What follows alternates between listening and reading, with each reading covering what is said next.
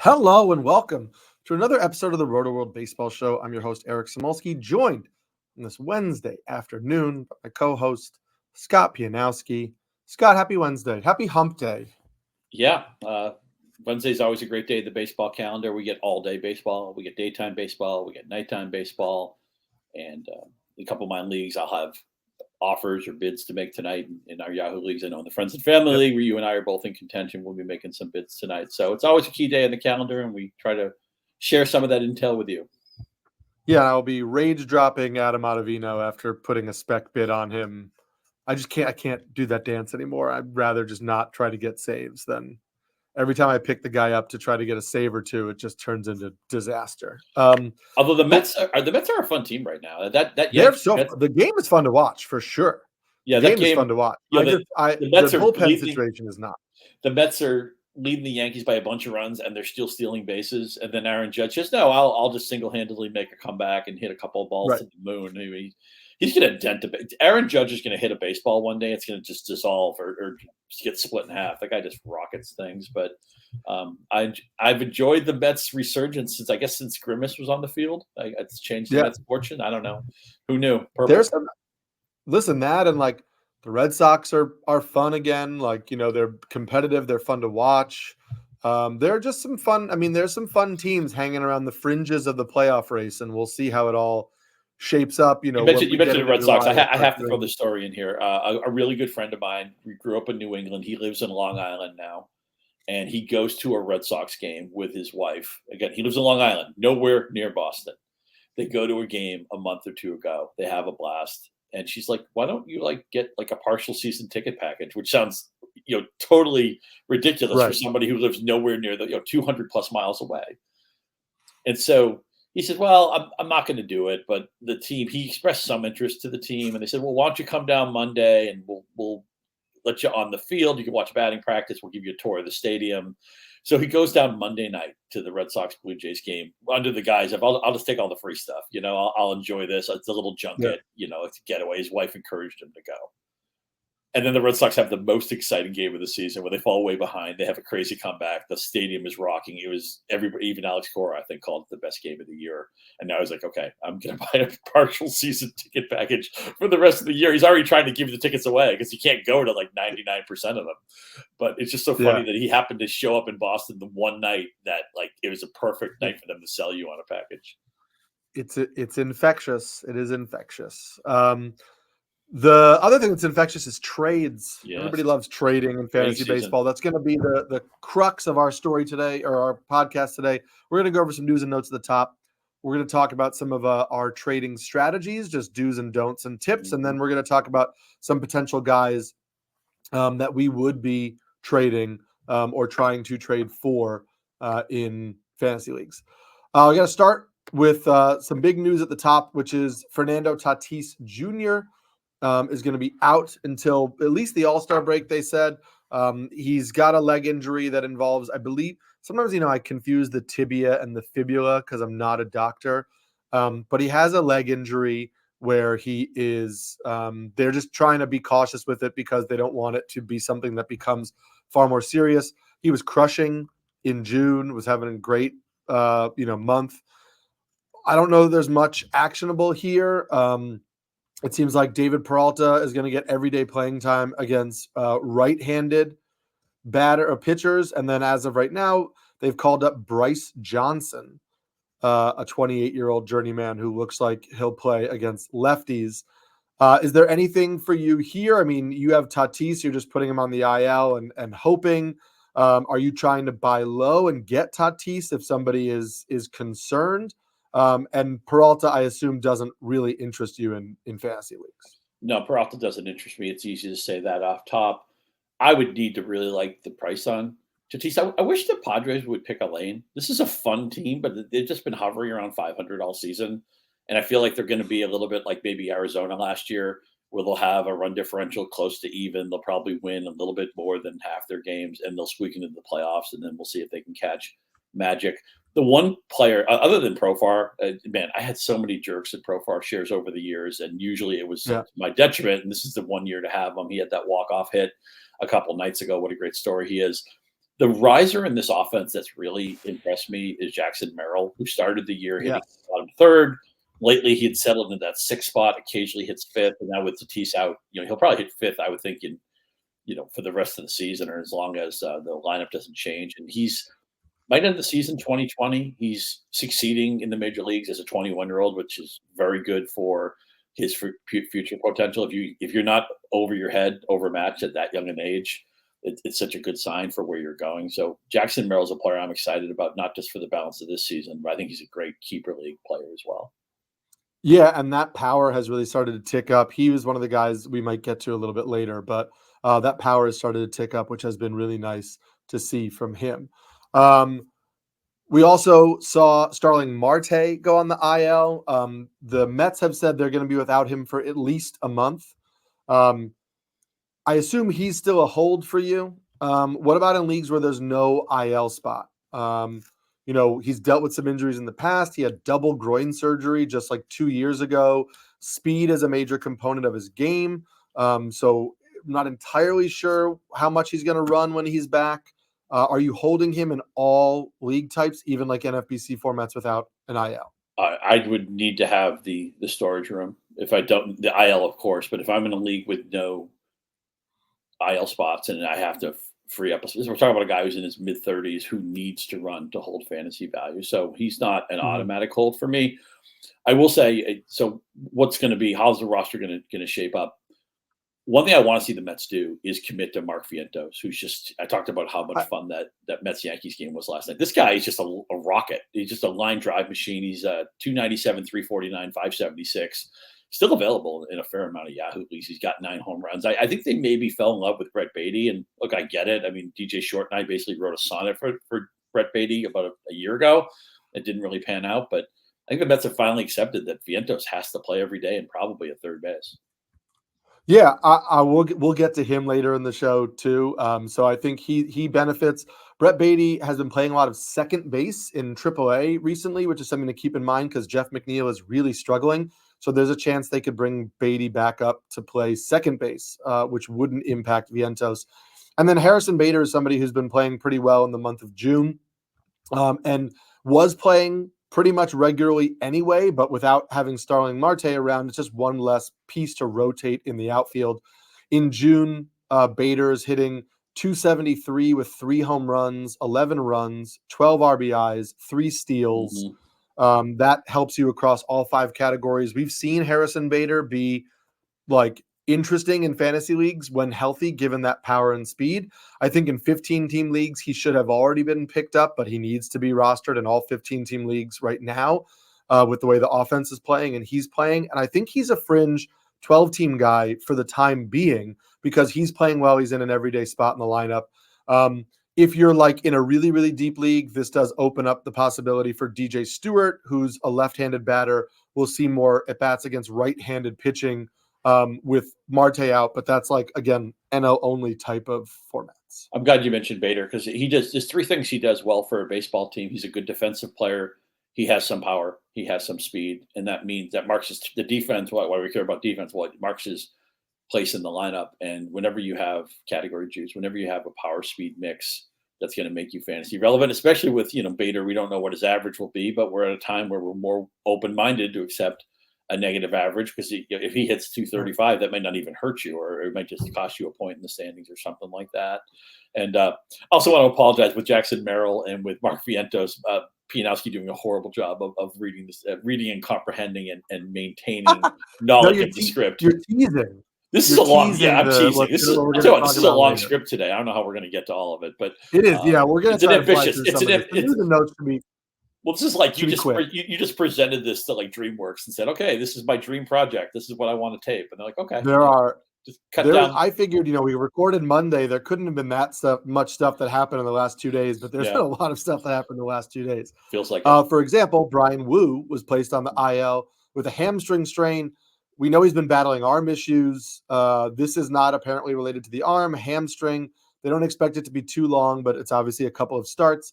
Interestingly, Emerson Hancock, who seems to be the logical replacement for Bryan Wu, was taken out of his last start early with a back injury. He's hoping to pitch this weekend, So there's a chance that they pitch him in the major leagues this weekend, but his back needs to be healed. So that's something that we're going to see in the next couple of days. And then Nick Lodolo was placed on the IL with a blister issue. The Reds have said they just wanted to have him stop throwing before the blister popped and skin broke, because then it's really hard to, the recovery takes longer. And Graham Ashcraft is set to come back up and join the rotation. I don't have any interest in Graham Ashcraft anymore.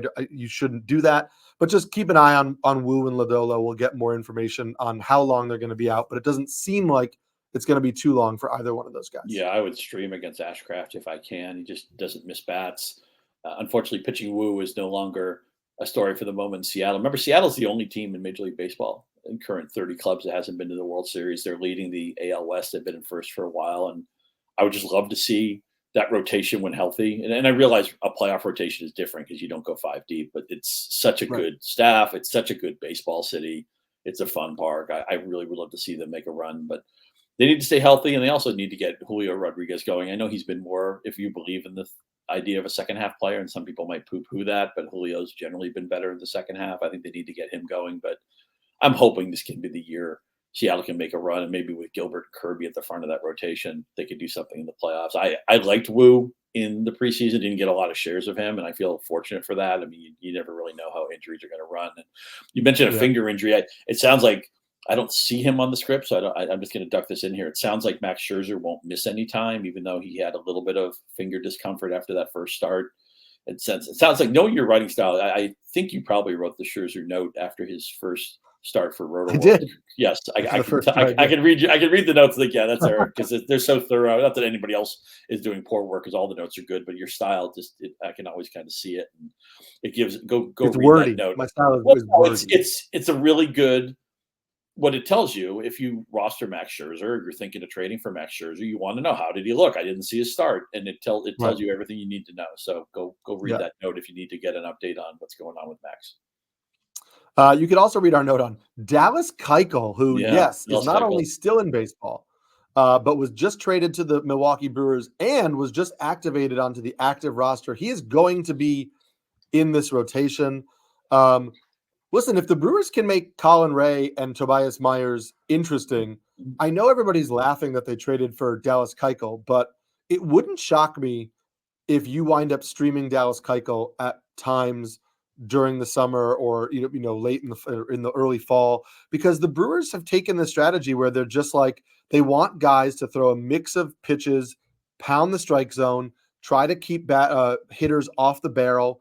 These are not guys who are missing tons of bats. These are guys who are inducing soft contact because their pitches sequence well together, and they can keep hitters off balance by throwing a wide array of pitches from similar release points in the similar part of the strike zone, and just trying to keep guys off the barrel. And so I'm not expecting Dallas Keuchel to be like Cy Young Dallas Keuchel, but I wouldn't totally, and I'm not picking him up anywhere right now, but I would not totally write off this move as nothing, because I think that there will be some starts, like when they go to Pittsburgh or something, where you might decide that Dallas Keuchel is worth a stream.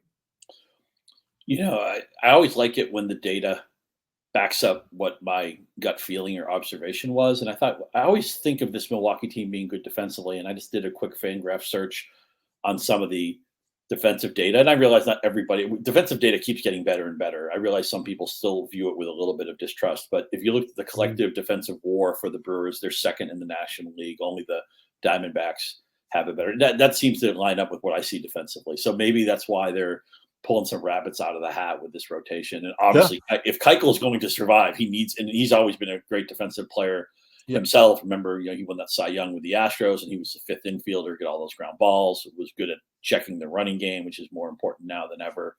He's going to need to do. The problem with guys like Dallas Keuchel is he always needed to do all the little things well, because he never had dominating stuff.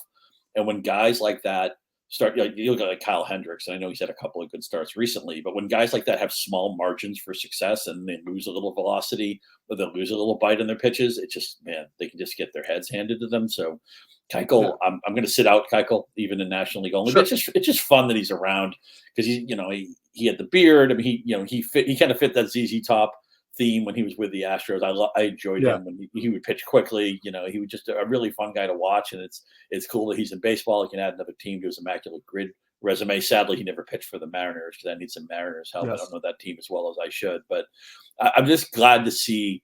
And just look at some of these other teams that did very well defensively: Kansas City, Toronto, Texas, Minnesota. They're near the top, and the bottom teams you can probably figure them out: Chicago White Sox, the Pirates, the Angels, Oakland, Washington, Miami, and our Red Sox. Some of the worst defensive teams in the majors right now. Yeah, you're not running out to pick up Keuchel, who had a 15.7% strikeout rate in AAA this year with the Mariners. Granted, 3.70 ERA, so wasn't terrible, but not missing a ton of bats. Never really has. There's more strikeout upside in two of the rookies we're going to see debut this week. The Giants are calling up Hayden Birdsong, which is just a tremendous name. He's going to start Wednesday against the Cubs.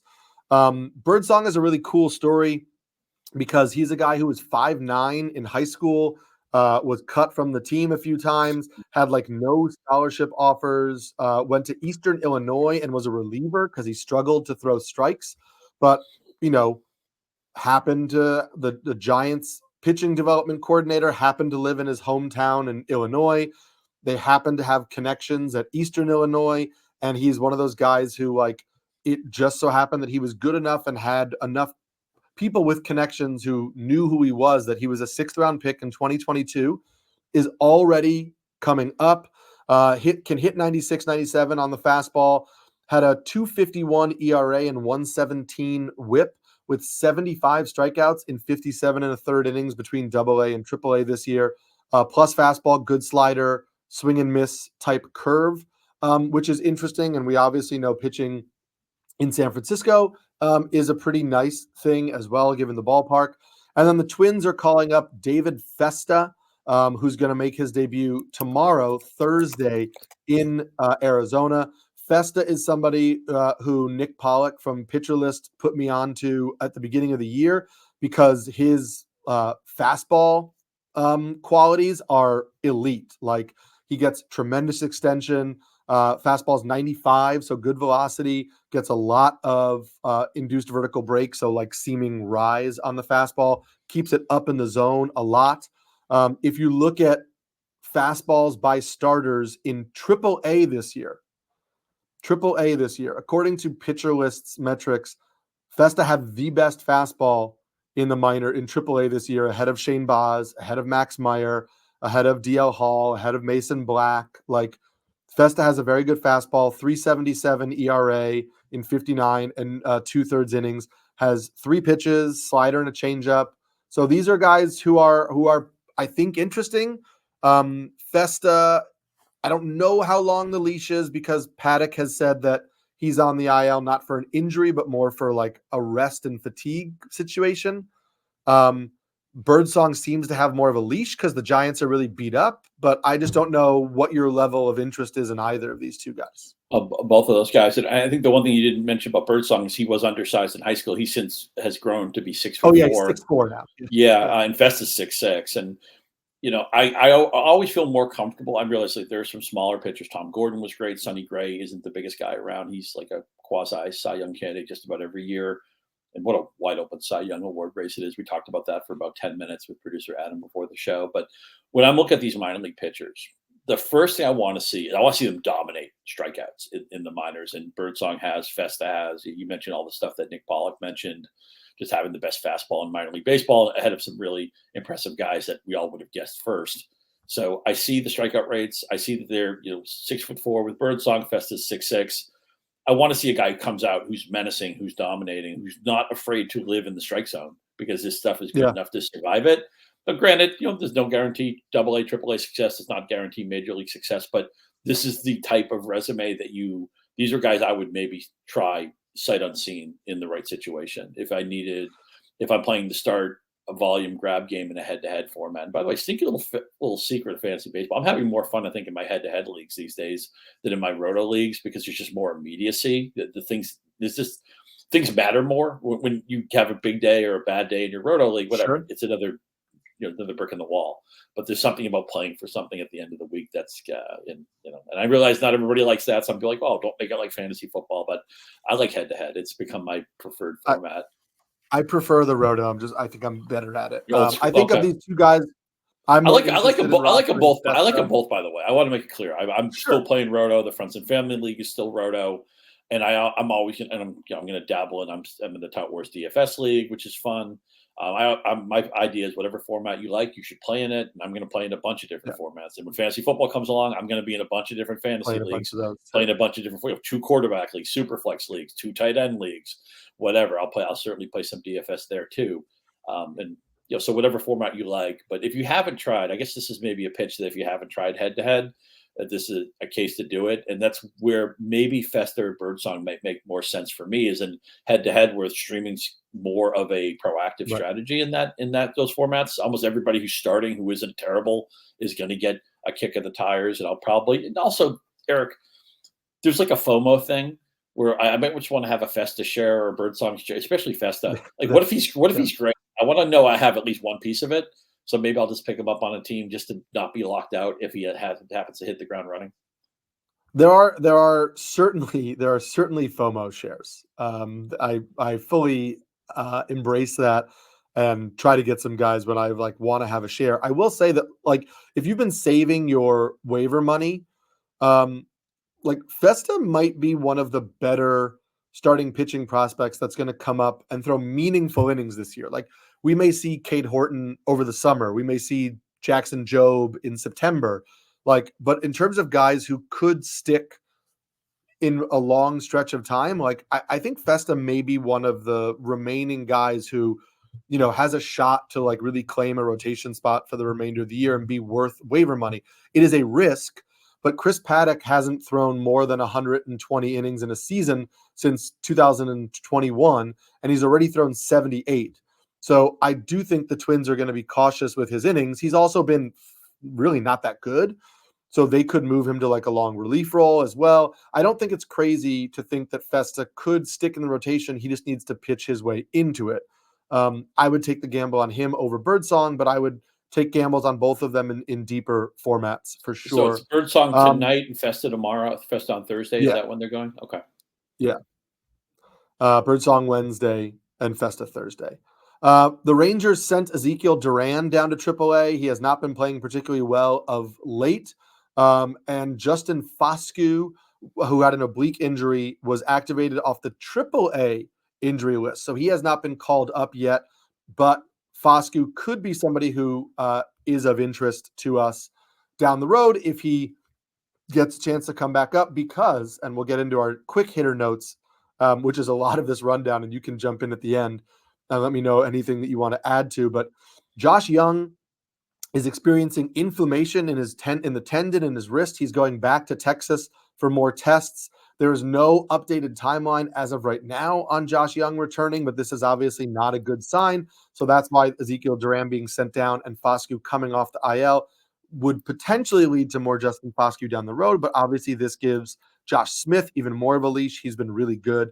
TJ Friedl was placed back on the IL. He aggravated an injury trying to play through an injury, which kind of seems like par for the course for TJ Friedl. Bo Bichette was activated off the IL. Tommy Edman sprained his ankle during his rehab. So they're now pausing his rehab assignment for him to deal with his sprained ankle, and then he's going to have to pick back up his rehab assignment again. So it's going to be a while for Tommy Edman. Michael Massey was activated off the IL, but he's going to DH only for a while for the Royals. So the Royals also called up CJ Alexander, who's playing third base pretty much every day for them, as Michael Garcia has shifted over to second base. The Marlins called up another starting pitcher that was not named Max Meyer to start today. So we still have no idea what's going to happen with Max Meyer. They may be trying to get an extra year of eligibility or of control out of him. Which means that he might not get called up till after the All-Star break. But as we've talked about, he's 25 years old. We don't know why they're playing this game, but whatever. Edward Cabrera is on a rehab assignment at AAA for these same Marlins. He struck out 7 in 4 innings in his last start, was up, I believe, to 66 pitches. So he may need a start or two, but then he could come back into the Marlins rotation. Gavin Williams for the Guardians is making a rehab start today, which could be his last rehab start, depending on how it goes. So Gavin Williams could be activated next week. Luis Garcia of the Astros is starting his rehab assignment this weekend with a start on either Friday or Saturday.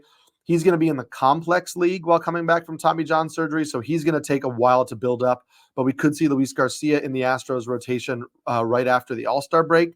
So if you have IL spots, like it could be a good time to stash him now. Justin Verlander still not throwing as he deals with this neck injury. Alec Thomas has started a rehab assignment in AAA, so he could be back for the Diamondbacks soon, which would impact Jake McCarthy's playing time. Zach Gallen is throwing a bullpen on Thursday, and if that goes well, the Diamondbacks could just activate him this weekend without needing him to go on a rehab assignment. So that's something to keep in mind. And the Angels are going to let Roansy Contreras start today as a chance for Roansy Contreras to come back into the rotation for the Angels. We know he's been a prospect of interest in years past, so maybe he gets a chance to start. That is a lot of the quick hitters. Anything you just want to add to on any of that stuff? Yeah, duck in a couple of things. I guess the Dodgers, who feel like everything belongs to them, the hope with some people is maybe they can annex Bichette to solve their shortstop problem. Bichette will be one of the most interesting talked about guys during the trade season. Again, we're going to talk about fantasy trading in a minute, but it's also the major league trading season is basically kicking in around now as teams try to pick a lane. And in our daily or weekly or whatever it is, episode update of Noel v. Marte, it sounds like the Reds are going to activate him right away, even though he has not hit at all. I don't think he even has a walk in his minor league rehab assignment, and all of his slash lines are under 200. They have bounced him around different positions, so maybe he's going to be a super utility guy. I also think if he doesn't hit, he might just go back down to the minors, but Candelario's a little bit dinged up right now. That might open some space for Marte. He's a very difficult player for me to evaluate because he was really good last year, but it was only about 35 games or so. He was, I think, a top 100 pick before the suspension. It seemed a little bit ambitious, but then when he slipped so far, one of the leagues that I'm rebuilding, we said, okay, let's just take Marte late and just hold on to him. So we've been waiting and waiting to open our Christmas present. And I just wanted to see him do something in the minors, hit at all, and he hasn't hit at all. And we know the Reds, we talk about teams that have that jigsaw puzzle lineup. The Reds are obviously one of those teams. They have a bunch of guys who play different positions, and you never really know what their lineup is going to be. I would not be surprised, Eric, if 2 or 3 weeks from now we're like, oh, Marte, what a great pickup he was. I would also not be surprised if he wasn't really a regular or even with the major league team in a month. So I think there's a wide range of outcomes for him. Yeah, it is. But like you mentioned, I had a share or two when he was falling, and so I'm excited to see how it plays out. For sure. We're going to talk about some trades and some players to trade for, but before we do that, it's the ultimate tryout for the toughest team to make. Elite athletes from all over the country compete for a chance to join Team USA in Paris, but only the best will be selected. Watch the U.S. Olympic team trials today through June 30th on NBC and Peacock. So these are the last few days to watch those trials. They've been super fun to watch. So make sure you check them out. We're going to talk about trades and guys to trade for. But before we talk about guys to trade for, I wanted to just get your thoughts. I say this with respect, not a comment to your age, but you've been doing this for a while. You're a very experienced fantasy player. You know your way around lots of different league types. What's your process for initiating a trade? Like, how do you determine what team to talk to? How do you decide what to offer? Take the people through kind of like your steps.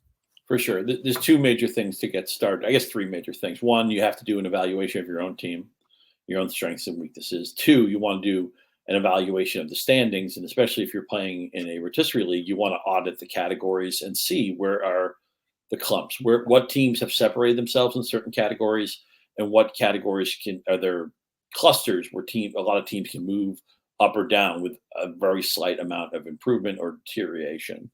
And then you want to communicate both on a micro and macro level. When I was looking to trade Mookie Betts in National League Tout, which was not fun at all, I made it clear to everybody in the league he was available. I wasn't going to trade him willy-nilly. I want everybody to have a chance to get involved if they were interested in Betts. Unfortunately, I didn't get a lot of interest in Mookie Betts. A few teams did inquire. But the last thing you want to do, it's like a basketball team, right? You don't want to come over half court and just jack up a 3. Right. I mean, if you're Steph Curry or Caitlin Clark, maybe you can do that, but you don't want to do that. Most of the time, you want to work the ball around and get a good shot. That's how you trade.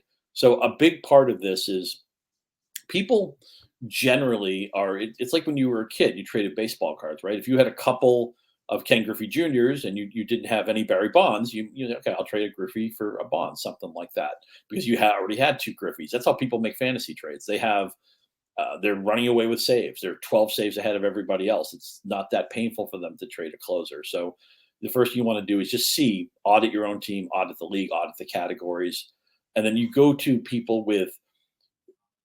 Another thing I like to do is, okay, say I need pitching, and I go to you, Eric. You have a great starting staff. Sometimes I might just say, hey, could you rank your starters to me, one through 6 or 1 through 8, or even I'll say sometimes if you know somebody doesn't want to trade a player, you'll say, okay, I know you don't want to trade Tyler Glass now. He's having this breakout season. He's finally going to make the All-Star team, which is what happens when you stay healthy and you're as good as Tyler Glass now. You make things like all-star teams. But it's going to sail past that 120 innings finally. Although I do think a Dodgeritis IL stint is probably coming in August as they look to maybe do some load management. But sometimes I'll say to somebody, if you identify the player you think they're not going to want to trade and let them feel comfortable saying, I'm not attacking you. I'm not trying to rob you of your best player. Come to some common ground. Agree with them on something, Right.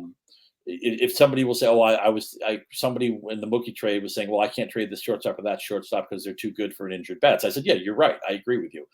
Sometimes it's just a matter of coming to some common ground on something and have a positive conversation, whether that's in person, it's over text message, it's over league messaging, it's over the phone, whatever it is. Just get them talking and try to come to some common ground, try to come to some agreement, and then see if you can find something mutually beneficial. I think that's a better approach to trading than I'm going to rip somebody off. I'm going to pull the magic act on them, and then they're going to be mad at me in 10 minutes. You want to approach trading like you're going to make 10 trades with this person over the next 5 years.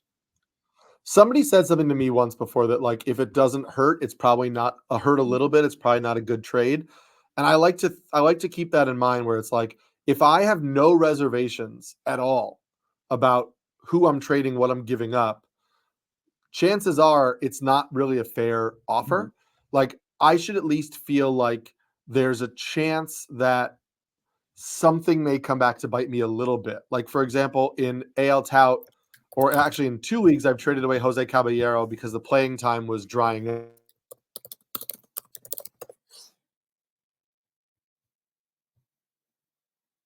My mic muted for a second. On pretty much every level, I'm okay with getting rid of Jose Caballero, but the steals are great. And so there's something in the back of my head that says, what if I lose these steals? And so I think that if you're not giving up something that matters to you, at least in a little bit, it's probably not going to matter to the person who is taking on that asset as well. And I'm curious also, just like, do you use any tools to determine, like, do you go to any particular sites? If you're looking, you have a weakness in speed, right?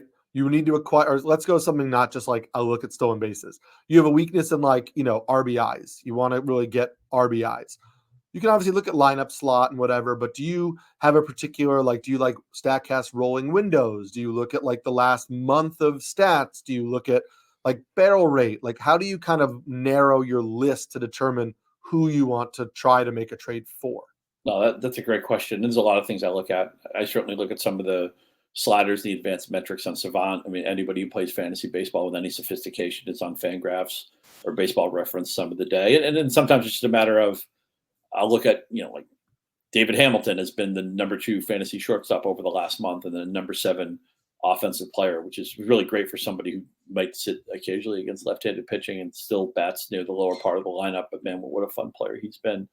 But it's sometimes just a matter of where a player ranks. I may look at when Michael Pulio does that. Pulio, I should know how to say his last name by now. When he does his rankings, right? I do something a little bit similar with my shuffle ups, but sometimes I'll say, okay, that will help you identify where your strengths are, where somebody else's strengths are. Again, whether it's your rankings, Michael's rankings, my rankings, your opponent's rankings. And the great thing about having your opponent rank their players too is you don't have to agree with them. If you disagree with them, you can argue against them. If they put out a set of rankings that you actually think you can exploit, you can take advantage of them. I say that tongue in cheek because I still think it's best not to be the trader who's trying to ambush somebody and pull over, trading somebody who's maybe hurt and nobody else knows it or something like that. That doesn't really exist as much anymore now that, like, Rotoworld's around and information is so readily available. But I still think it's important to try to trade like you have a long-term relationship with this person. And I agree with you. You were talking about like sometimes trades will be offered to you and you're not sure which side is the right side. Those are fair trades, right? Yeah. There's that great quote in the movie The Score, De Niro, Edward Norton, where I think it was the woman who De Niro was involved with, who she said something like a deal was fair if both people felt like they were giving up something. Like it hurt a little bit for both people. That to me is kind of the essence and the ethos of trading. I'm not an ambush trader. Maybe at one point when I first started playing fantasy and I might have been more competitive and I had to win and it was just such a compulsion at that point. I might have been like that, but now I'm more like, okay, let's have a fair match. I still want to win and I'm still certainly competitive, but I'm not looking to make ambush trades. I'm looking to make we have a relationship trades. Yeah, I think that's important. We're going to talk about some of the players to target. One of the tools that I like using to determine who to target, I do like on Fangraphs, you can create custom leaderboards. So I've created custom leaderboards for hitting and pitching targets with just like the stats that I like to look for. And then I'll search over, extended period of time and see what guys pop. And we'll talk about some of those guys later. Fangraphs did also they instituted this year a player rater, where they have a player rater over the last 30 days, over the whole season, last 15 days, etc. So to give you fantasy value based on 15-team leagues, 12-team leagues, etc. I've liked looking at that just to see like who's having a good month. And there's some guys who are having a hot month of June that we could determine today whether they're guys we want to take a gamble on or not. I'm just going to read off the top 20 players in fantasy for June, because some of them are guys we've talked about heating up in the past, but they're not going to be guys we dig into right now, but I want to kind of hat tip them. Aaron Judge, Gunnar Henderson, Jose Ramirez, Shohei Ohtani, Jarren Duran, number 5 player in 12-team league player rate over the last month. Lane Thomas, Anthony Santander, Francisco Lindor, Freddie Freeman, Bryce Harper, the aforementioned David Hamilton, Heimer Candelario, who we've talked about a bunch, has been really heating up in June, Riley Green, Yordan Alvarez, Stephen Kwan, CJ Abrams, Kyle Schwarber, Rafael Devers, Alex Bregman, and the 20th ranked player over the last month, Helio Ramos, who we talked about a bunch as well. A lot of these guys were players we were talking about as waiver ads, a little while ago. David Hamilton, Heimer Candelario, Helio Ramos. So that shows that if you jump in at the right time, you could really get a lot of production.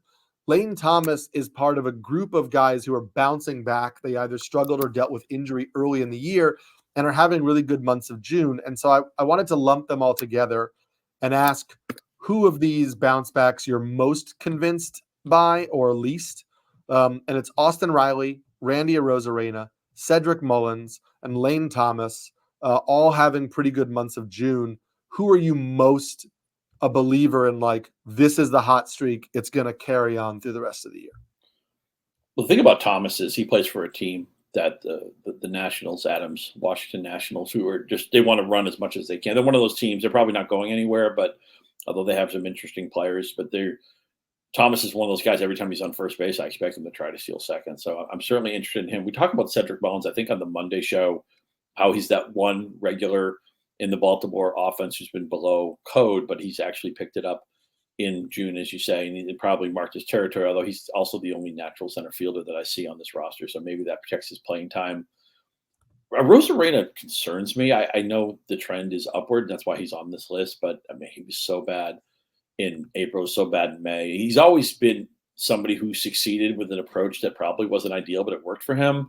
But I'm always worried when guys like that start to have a bad season. I'm wondering if and we've never been at a time where pitchers are better at exploiting. There's so much data now and video, and basically pitchers go into a lab and find a way. What is your weakness? Right. We're going to exploit it. And it just makes me nervous when a player slumps who has as much just a hack first approach like Arozarena does. It just makes me nervous that maybe they found it. Austin Riley's killing some of my. I know he's been better lately, and I know the Braves have Kelnick's actually been pretty good for them, and there's no coming back from an Acuna injury really, but at least the offense has started to produce. But I went from I'll take all the Austin Riley shares if I can get a mild discount to now. I think I'm just gonna. I have some Austin Riley. I'm gonna stick with him. I'm gonna live with that, good or bad. But I'm done trying to trade proactively for Austin Riley. Interesting. Yeah, he's the one whose bounce back I most believe in, and I think that's more of a indication on the others. Over the last month, he's the 66th ranked player on this Fangraphs player rater, hitting 260 with 5 home runs.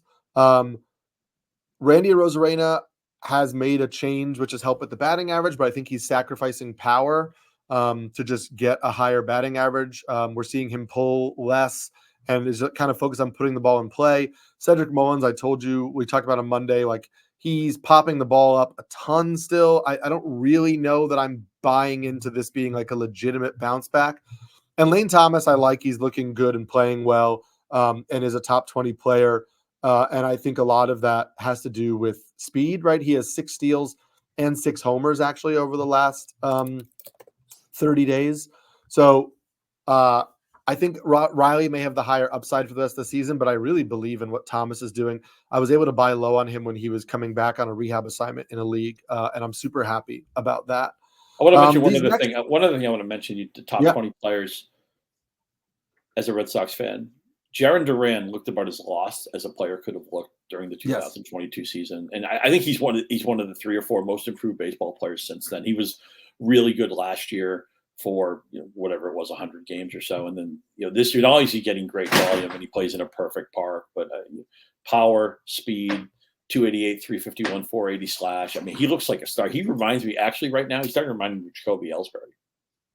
It would be really interesting to see what the Red Sox do with him in the coming years, because we know Roman Anthony is coming and he is part of the future.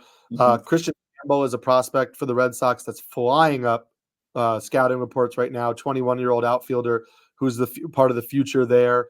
So that's 2 outfield spots that they have a future guy there already. Is Rafaela going to stick in center? Are they going to move him back to short? They have Marcelo Meyer coming up. Right, so Meyer's coming up, which clouds Hamilton's future too. And Hamilton's not a good defensive player either. So Willie Abreu is only 24. What are they going to do with him? So I'm very curious to see how it all plays out. But I don't think Jarren Duran's getting a long-term contract as a 27-year-old in Boston. And some people are upset about that, but I think that's part of the nature of having really good prospects behind him. I think he should be. I think he should be seen as a player I would make a commitment to. Also, we don't know if Alex Cora is going to stay. It's obviously Breslow, the head of baseball operations. He inherited Cora, and Cora's had a weird run, right? He's had success. He had a suspension. He's well regarded. The Red Sox are not paying him a big salary for a manager, so it's a. I'll say this, Eric. All you want with your team. I know we all want championships and parades and all that, but I just want the team to be interesting. I want the team to be fun. Sure. I'm pleasantly surprised, and we haven't even talked about any of their pitchers who they've had. Tanner Houck has been one of the right answers. Crawford's slumped a little bit of late, but this has been such a more fun Red Sox season than I expected 3 months ago. Yeah. I will say just a quick note on Jarren Duran before we move on. He is arbitration eligible for the Red Sox through his age 31 season. So the Red Sox can keep him through his age 31 season before signing him, without having to sign him to a new deal. I kind of think that's the way it goes. And if the young prospects really emerge and Duran is no longer necessary, the Red Sox could trade him at a reasonable contract for something else. But I don't see him getting a long-term deal because you already have a speed-first player signed through his age 31 season. I don't really know what more you would. No, that's a great point. I'd forgotten he'd come up so late that his cycle, the cadence of his contract and what he's eligible for was a little bit behind. So, he's under control.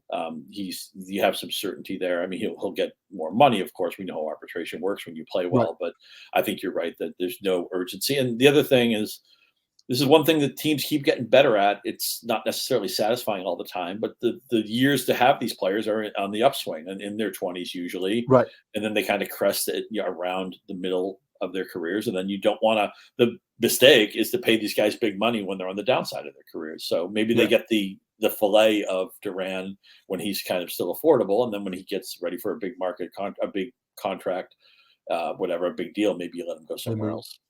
Yeah. One of the guys on the upswing is Alec Burleson, who was kind of an afterthought prospect for the Cardinals, but has been playing really well as he's emerged into more playing time.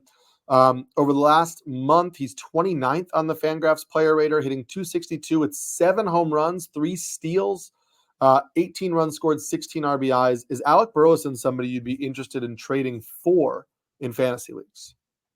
Yeah, he's also got really good lineup real estate too. I mean, he's batted second almost exclusively this month. So in a lineup that I don't really know what to make of it because I don't really know what Goldschmidt and Arenado are these days. But it's just fun to see.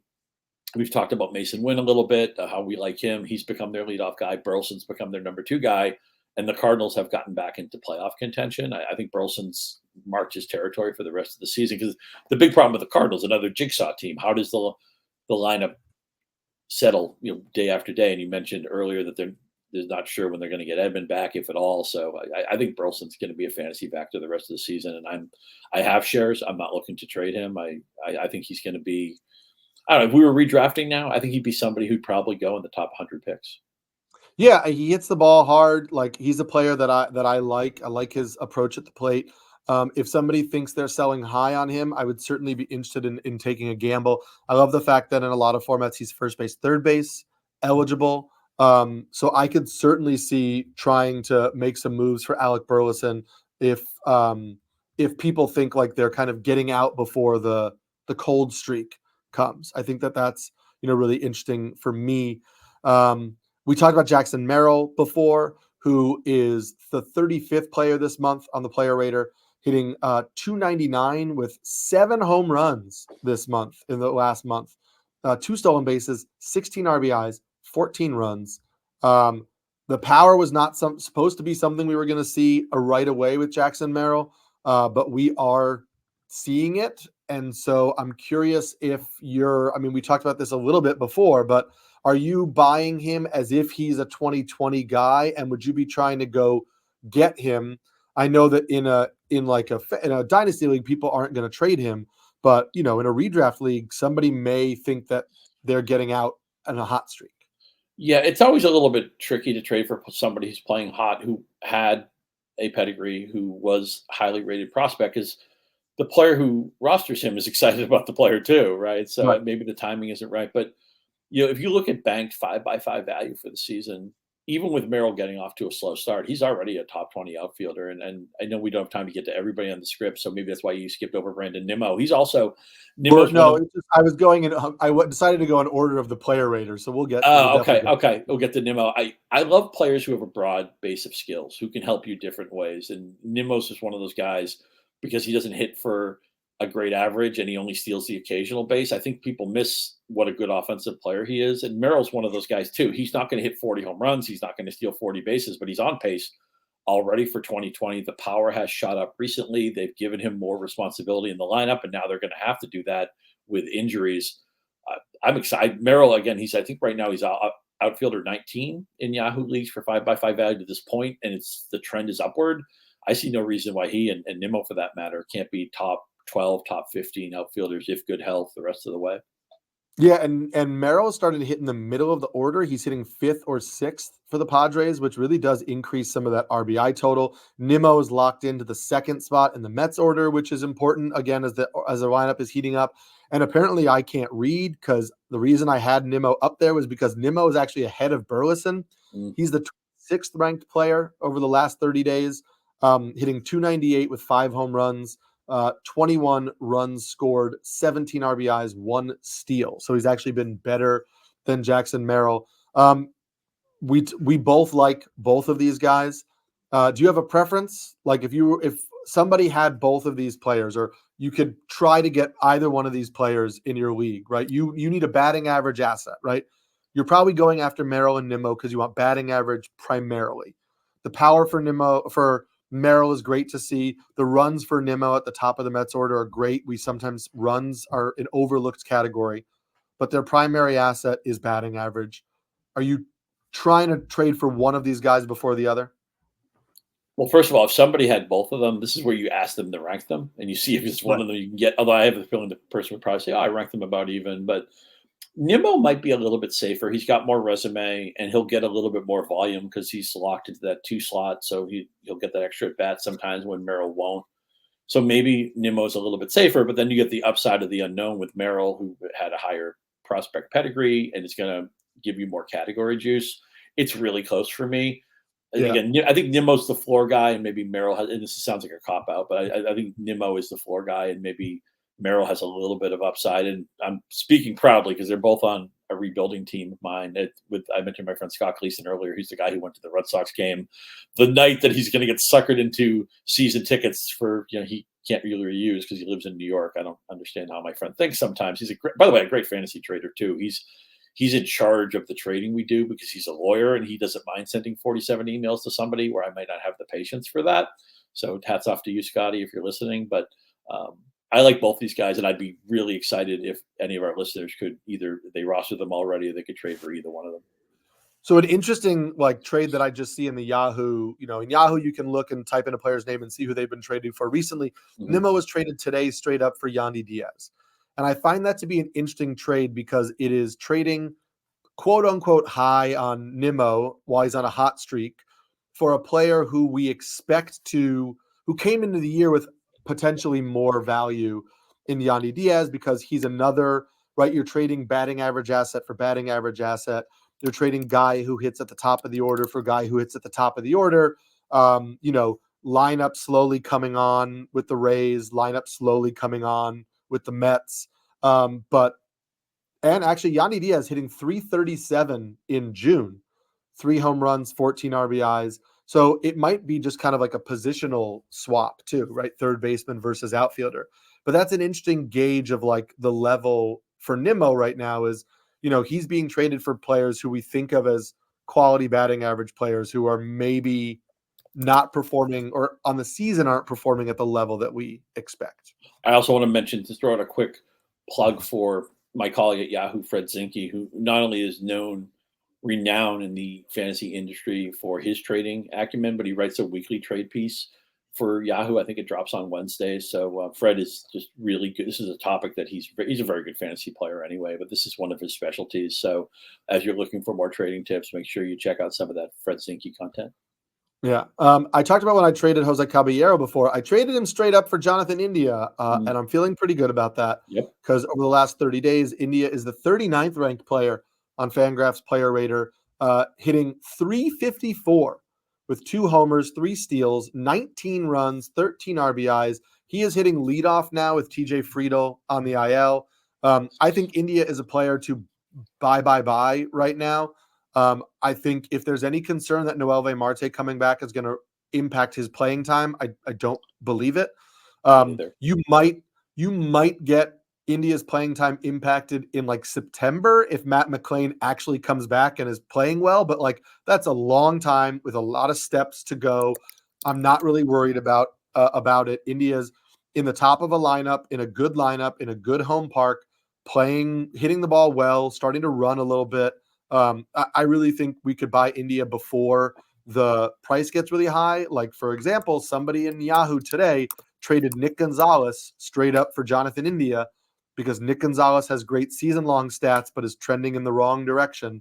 And so I think if you can, get rid of an early performing infielder like Caballero or Nick Gonzalez or somebody and get Jonathan India before it's really clear what he's doing, I think India is a great player to try to get right now. Yeah, that entire paragraph kind of stings me because Nick Gonzalez had hit a down cycle and I benched him this week, and then he had a big game on Wednesday. And Jonathan India was somebody I was proactively drafting before the season. Got off to a slow start, was a little bit dinged up, and I think in a couple of 12-team leagues I dropped Jonathan India. And I did it. I always believe if you never cut somebody and regret it later, you're playing far too conservatively. It's like when you play poker, you should get caught bluffing once in a while. If you're not, you're leaving money on the table. So I can live with that. I cut India and it looks like that was a mistake, but still it stings to be wrong. It stings to see a player that you liked a few months ago producing and now you're not reaping the benefits of it. And we know the Reds are a plus lineup, and India's just always been was he rookie of the year? He's your first or second in his first season. And he's power, speed, can play different positions, which can be a gift and a curse, right? I've always wondered if Jurickson Profar's breakout year might have happened earlier if they stopped asking him to play 7 different positions. It was ridiculous, like Paul McCartney doing an album where he plays every instrument. That was Jurickson Profar for a while. But I like India as a player, and it's nice to see him producing. Unfortunately, I'm getting none of the benefit. Yeah, that is the way it works sometimes. Curious about your thoughts on Jose Siri, who's the 52nd ranked player over the last 30 days, hitting 286 6 home runs, 18 runs scored, 13 RBIs. We've seen this before from Jose Siri. Are you trying to get Jose Siri thinking that like this hot stretch is something, or at this point, it's just like we are expecting another dip after this? He's a player I keep resisting for a couple of different reasons. I mean, one, he's a career 221 hitter. He's hitting 215 this year, strikes out a lot. And also just Tampa Bay drives me crazy with, you just never know. Even the good players in their lineup, you never know if they're in the lineup. It's fun to watch Siri play. He made 2 of the best catches. I mentioned this, I think, on Monday. He made a couple of the catches on the weekend, which are 2 of the catches of the year. He's a really fun player. He's such a Tampa Bay player, right? Because he's good at defense and he runs a little bit and he's got some power and he's probably better in component stats than maybe he is in the back of the baseball card stats. But as long as 5x5 still uses batting average, I have to consider that. And I feel like his runs scored, I never really trust it because he may be batting lower in the lineup, although 34 runs in 67 games is actually totally fine. But when push comes to shove, when he's like I'll do my offers tonight and Siri might be tied with like 2 or 3 other guys, I feel like I'm always defaulting to the other player. Yeah, I agree. It's not a profile that I enjoy, and I know that has cost me to miss out on like Adolis Garcia and Randy Arozarena before, but the Cardinals too, by the way. Yeah, I'm not super into it. Last specific hitter I want to talk about, you mentioned Mark Vientos before, 56th ranked player over the last 30 days, hitting 279 with 6 home runs, 14 runs, 14 RBIs. Seems locked into third base for the Mets. Love that he's always had great power, and I love the story that like it was Bryce Harper who told him not to try to hit the cover off the ball every time he swung, that like he has good raw natural power and he should just swing and let the power take care of itself. And that has led to like a real decrease in strikeout rate, an increase in contact. I'm a believer in this new version of Mark Vientos. I don't know that the batting average is going to stay high. He might settle around like a 250 type hitter, but I think he's a legitimate like 30 homer bat over the course of a full season. And he's playing good enough defense. The Mets are going to keep him at third. So I'd be trying to get in on Mark Vientos if the narrative around him being a high strikeout guy is still out there and you can get him for like a reasonable cost. I think Vientos is somebody I'd be looking to get. Yeah, I just checked really quick. Only 34%. I regret when I did some pickups content this week, I didn't mention Vientos because I thought for sure he must be over 50% now, but he's not. I love that Bryce Harper story you told, which is ironic a little bit because I always feel like Harper's trying to hit the ball to the moon. And of course, when he connects, sometimes he does. Bryce Harper is like one of the 3 or 4 guys in baseball. He's coming up. You don't go to the bathroom. You don't go get a beer or a hot dog or whatever. You watch Bryce Harper hit. And even Bryce Harper's strikeouts are more exciting than maybe somebody else's, base hit. He's just one of the spectacles of baseball. But it's just cool. You think of other sports, like golfers are always trying to kind of help each other and give each other tips and everything. You think of baseball is more competitive, and maybe you don't do that to somebody on an opposing team. But I love that he told that to Vientos. And you look at the Savant page, I think it justifies a lot of what Vientos is doing. The Mets have a nice upswing going themselves with the lineup. And it's just, I think Vientos is the reason why he probably hasn't been picked up, other than the fact that a little bit of this came out of nowhere. Beatty was the higher regarded prospect. I think people are like, well, I'm going to pick this guy up and he's not going to play every day, or he's going to be low in the lineup. But I think at this point, the Mets are like, no, this is one of the right answers on our offense. This guy has to play. I feel like he's locked in. He needs an extended slump to lose that third base job. I feel like it's his for the rest of the season. At the end of the year, we're going to be looking at like waiver pickups of the year. We're going to say, yeah, did you pick up Mark Vientos in his 25 home runs? I think he's going there. I think the average is going to play. And this lineup, there's no reason why this can't be a plus lineup or at least a league average lineup. I know it hasn't always played that way at home, but I believe in what the Mets are doing right now, and I believe in Mark Vientos. Listen, like a month ago, you and I did this show, and we talked about a lot of Mets potentially breaking out. We mentioned Nimmo, we mentioned Lindor, we mentioned Alonso. Yep. And there were things in the underlying numbers that suggest better play was going to come, and we obviously didn't know Grimace was going to factor in too, and right. Obviously it's been a boost. Nice to get Alvarez back too in the middle of the lineup, a catcher who can hit. Yeah. For sure. It has been very good for them. We're going to get to some of our favorite kind of like buy low names and guys we want to move off of. But before we do that, NASCAR is cruising into Nashville this Sunday. Then it's off to the streets of Chicago next weekend. 2 iconic cities, 2 big races, and 1 home to watch them. Wave the green flag on the 4th of July week by tuning in to NBC. That's this Sunday, 3:30 Nashville, and the next Sunday, 4:30 Eastern Time in Chicago on NBC and Peacock. We talked about good hitters. I just wanted to give you 5 hitters who are really struggling in June and just ask if you're actually concerned about any of these guys. Some of them are players you could probably trade away. Some are players you might have to cut. But some of the lowest ranked players on the Fangraphs player rater over the last 30 days are Joe Adell, Rhys Hoskins, Mitch Haniger, Tommy Pham, who has come back from an injury, and Jeremy Pena. Are any of these guys players where you're like, I need him off my roster, he's not doing anything for me, I'll trade or cut or whatever? Yeah, Adell and Haniger are those 2 guys for me. I think Pena's going to be fine. Pham, you probably need to be in a deeper league for him to have value, and I realize nobody's excited about the White Sox lineup, but I think he's going to bat leadoff for the foreseeable future, and I still believe in his broad skills. Hoskins will be fine. Hoskins will be the player I think we thought he was before the season, but Adell and Haniger were guys that I moved off of in recent weeks, and even if they start to produce again, I'm not going to feel that bad about it. Agree on that. I will disagree with you on Rhys Hoskins. I have an article coming out tomorrow where I looked at some month over month of that StatCast data, like bat speed month over month, squared up rate month over month. Hoskins' bat speed is slowing down in June, which in and of itself I don't think is like a huge issue, but he's like top 5 in terms of the biggest decliners in baseball in bat speed in June. And when you pair that with the fact that his power numbers and his numbers in general have really slumped in June, I'm a little worried that we have, it feels so weird to say that he's aging at 31, but he's aging at 31 in professional baseball. We have a 31-year-old first baseman coming off a fully injury-plagued season who is just hitting 225.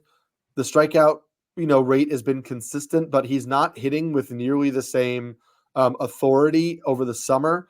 And I know the barrel rate is still good, but his max exit velocity this year is 107.4.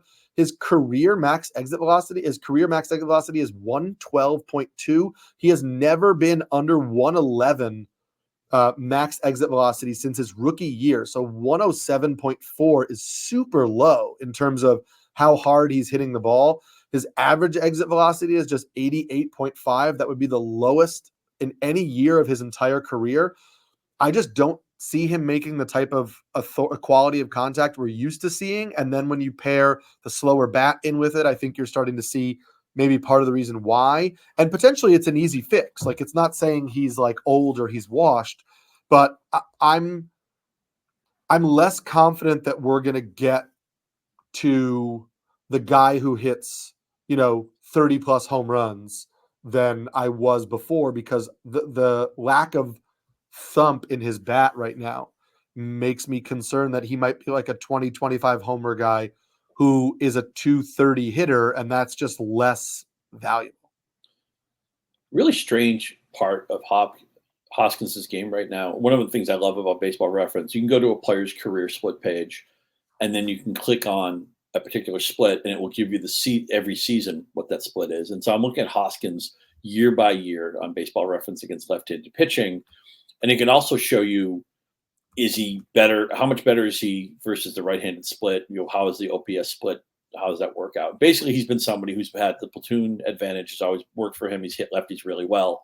And this year, and I realized it's only 46 plate appearances, he's 184, 283, 342 slash with a couple of home runs against left-handed pitching. Now, it's still a very small sample, and obviously it's a right-handed world. But I wonder if there could be a logical reason other than variance of why he's not hitting lefties, because usually that's been the best part of his game. And this year it's really struggled. I don't know if it's an eyesight issue or just missing obviously a full season.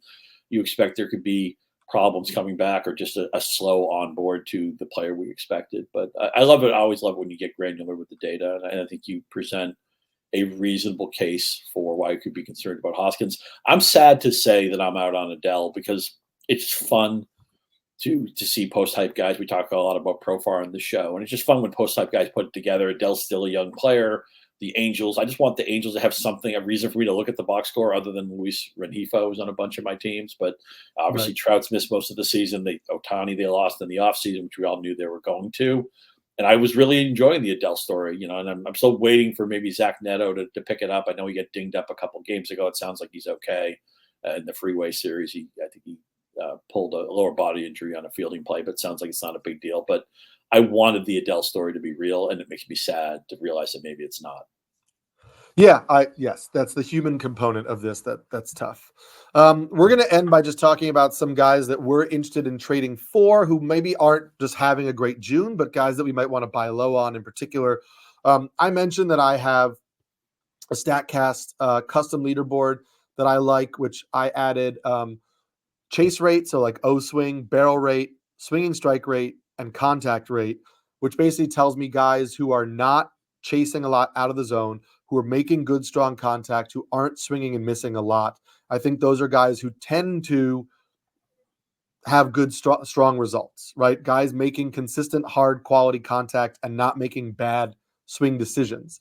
So a guy who pops right there, Taylor Ward, is hitting just 169 over his last 80 plate appearances, so in June, but he has just a 14% chase rate and a 9% swinging strike rate and a 23% barrel rate.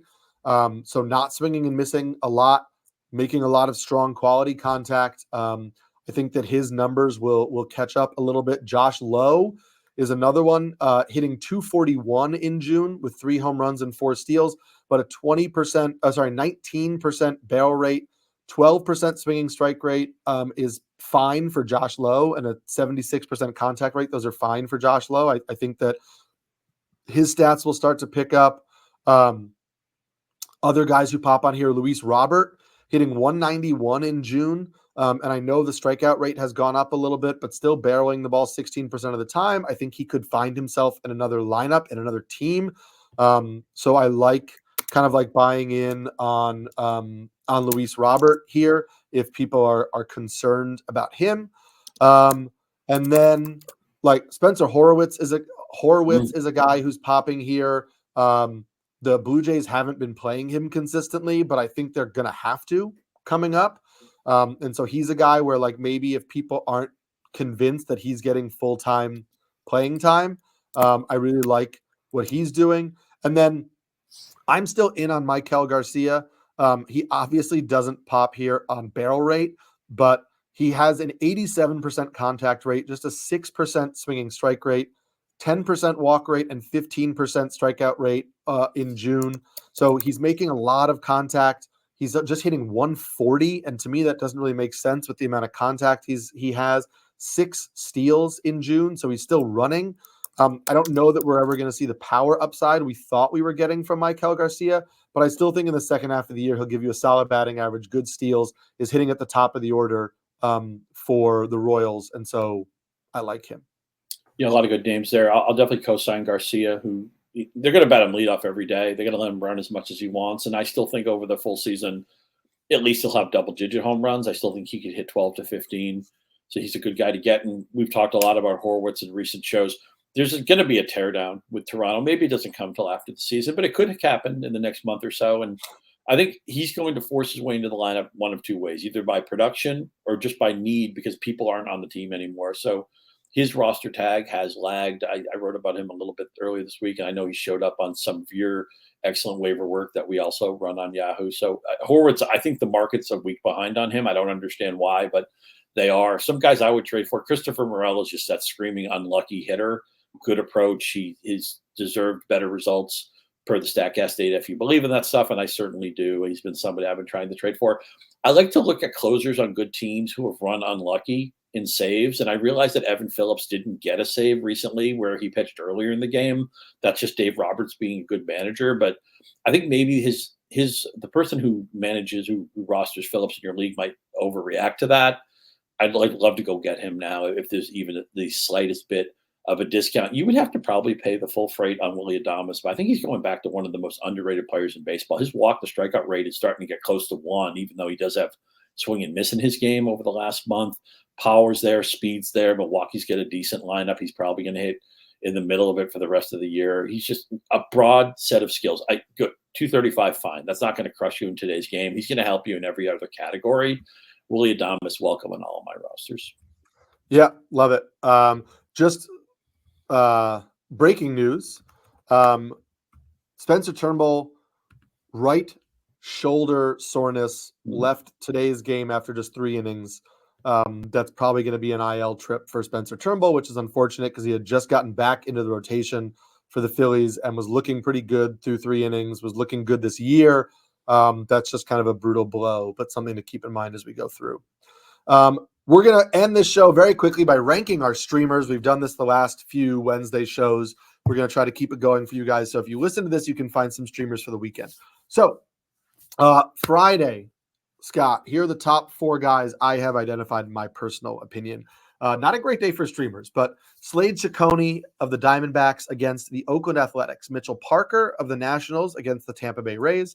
Mike Clevenger of the White Sox coming back to face Colorado in Chicago, so not in Coors.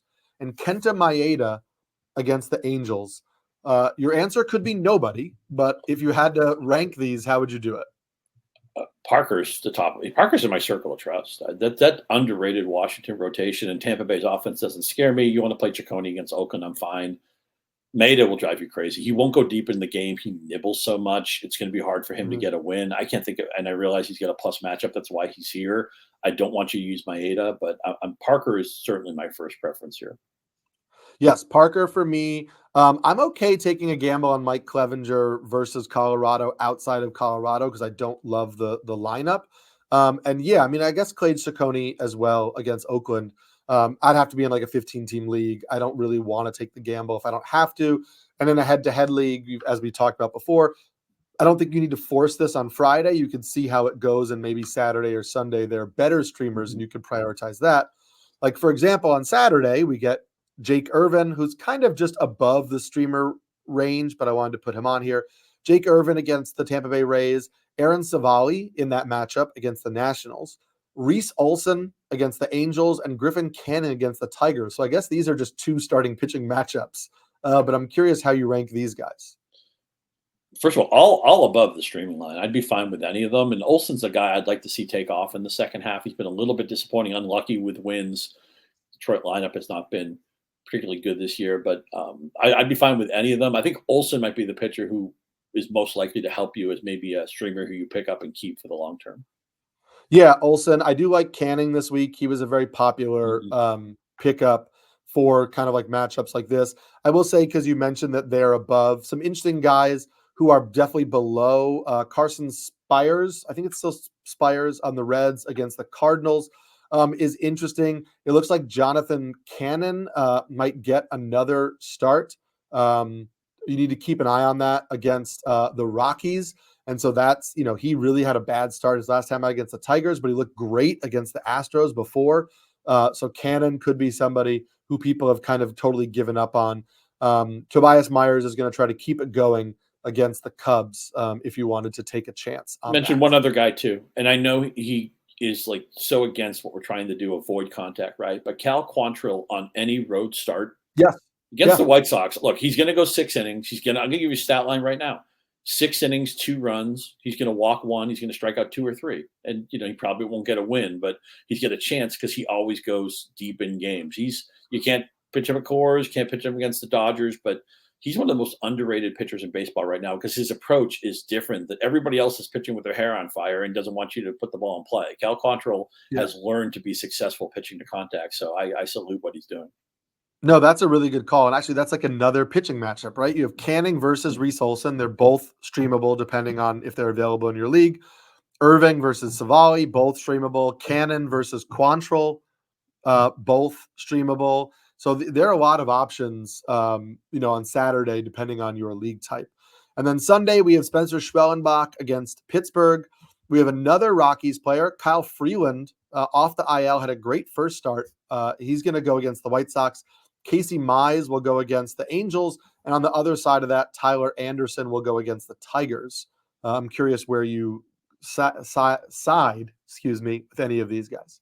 Has Anderson just not been promoted to full-time duty now. I mean, I think we can pitch him against Eric. 2.63 ERA. His control was. I started him last night, and I got nervous against the A's because there were some innings where he got himself into a lot of trouble, and I thought this was going to break open at any moment. And luckily, he got out of it without too much trouble. Yeah, I realized that it's not all the secondary stats necessarily point to Anderson. I forget.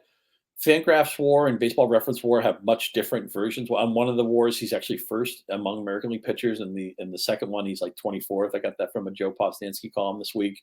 So he's an interesting player.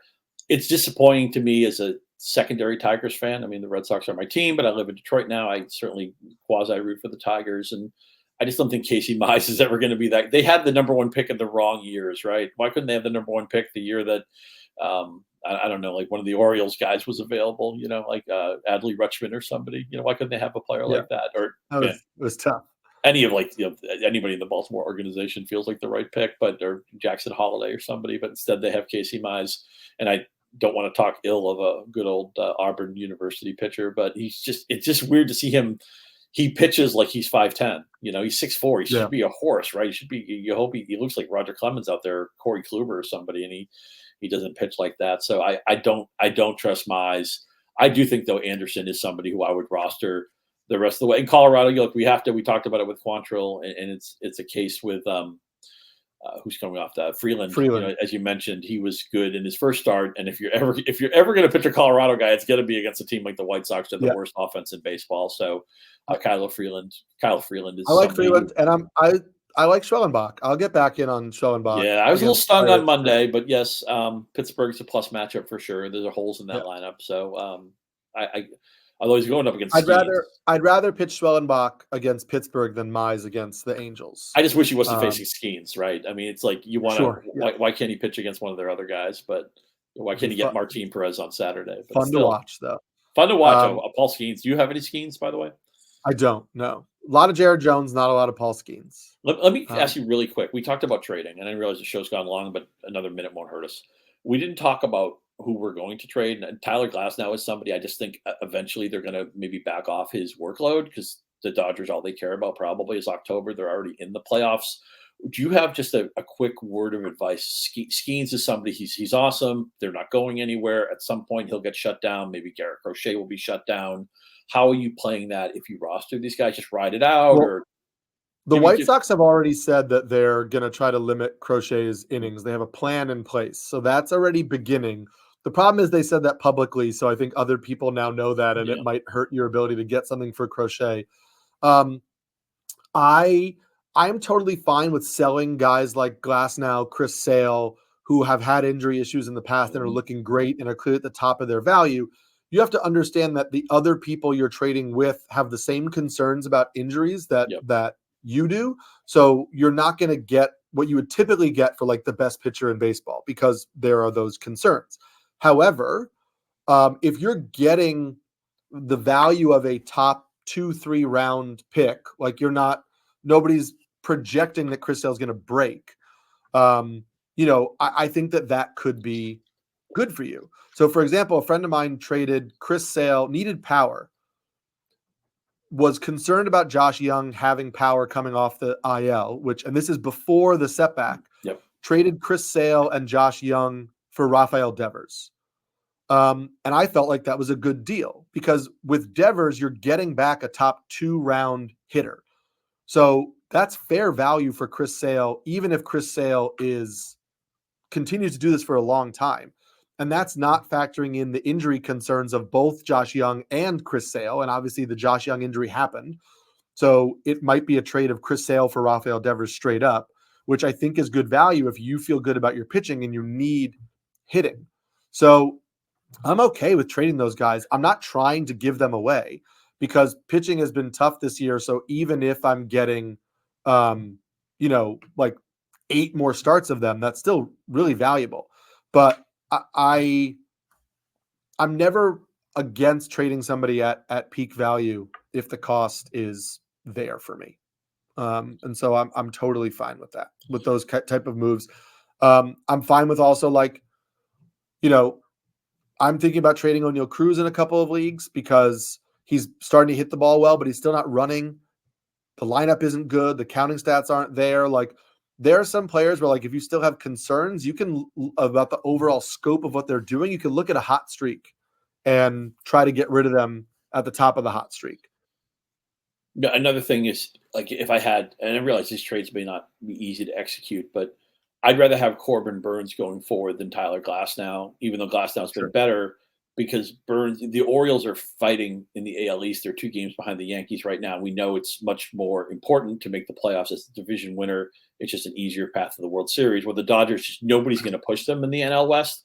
So at some point, they're going to push back from a lot of these guys. I think at some point, the Braves are going to be like, okay, we can't catch the Phillies. Chris Sale needs some load management. And again, this is not that anybody in your league doesn't recognize these things, but just remember, you look at the teams, where are they in their divisions, or are they going to take September seriously? Do these pitchers, are they the type of, Zach Wheeler's another guy who I feel very confident, even though Philly might run away with the division. He's a horse. He's generally been around 200 innings every year.